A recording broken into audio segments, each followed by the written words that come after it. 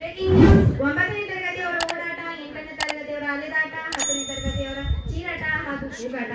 ಶಿಕ್ಷಕರು ತುಂಬಾ ಗ್ರೇಟು, ಆದ್ರೆ ಆ ಶಾಲೆಯ ಶಿಕ್ಷಕರು ತುಂಬಾ ಬೆಸ್ಟ್. ಮತ್ತೊಂದು ನ್ಯೂಸ್, ಆ ಶಾಲೆಯ GS ಇನ್ನೂ ಆಡಿಲ್ಲ ಚೆಸ್.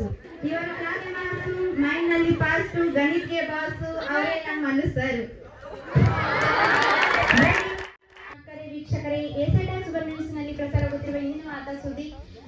ಎಲ್ಲೂ ಮಾಡಿದ ಹಾಗೆ 10ನೇ ತರಗತಿಯ ಬೀಳ್ಕೊಡುಗೆ ಸಮಾರಂಭವನ್ನು ಆಚರಿಸುತ್ತಿದ್ದಾರೆ. ಯಾವ ಶಾಲೆಯ ಆ ಶಾಲೆಯ ಹೆಸರೇನು ನಿಮಗೆ ಮುಂದೆ ತಿಳಿಸ್ತೀನಿ, ಬನ್ನಿ.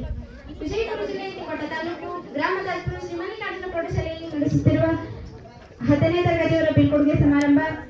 ಶಾಲೆಯ 8ನೇ ತರಗತಿ ಹಾಗೂ 9ನೇ ತರಗತಿ 10ನೇ ತರಗತಿಯವರ ಬೀಳ್ಕೊಡುಗೆ ಸಮಾರಂಭವನ್ನು ಆಚರಿಸುತ್ತಿದ್ದಾರೆ. ಅಲ್ಲಿ ಎಲ್ಲರೂ 10ನೇ ತರಗತಿಯವರ ಬೀಳ್ಕೊಡುಗೆ ಸಮಾರಂಭವನ್ನು ಅದ್ದೂರಿಯಾಗಿ ಆಚರಿಸುತ್ತಿದ್ದಾರೆ.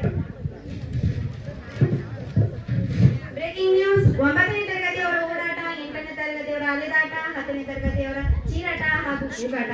ಶಿಕ್ಷಕರು ತುಂಬಾ ಗ್ರೇಟು, ಆದ್ರೆ ಆ ಶಾಲೆಯ ಶಿಕ್ಷಕರು ತುಂಬಾ ಬೆಸ್ಟ್. ಮತ್ತೊಂದು ಬ್ರೇಕಿಂಗ್ ನ್ಯೂಸ್, ಆ ಶಾಲೆಯ GS ಇನ್ನೂ ಆಡಿಲ್ಲ ಚೆಸ್. ಆ ಶಾಲೆಯ ಉಪ GS ಇನ್ನೂ ಹಾಕಿಲ್ಲ ಸಾಂಬಾರ್ಗೆ ಉಪ್ಪು ಇಲ್ಲದೆ ಸಾಂಬಾರ್ ರುಚಿನೇ ಇರಲ್ಲ. ಆದ್ರೆ ಇವ ಹೇಗಾದ್ರು ಉಪ GS.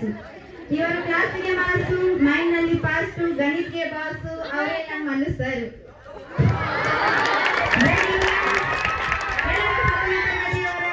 ಒಂದು ಗೋಳು ಹಿಂಗೆ ಹಾಕೊಂಡ್ರೆ ಅದೇ ಒಂದು ಜೀವನಕ್ಕೆ ಬಾಳು.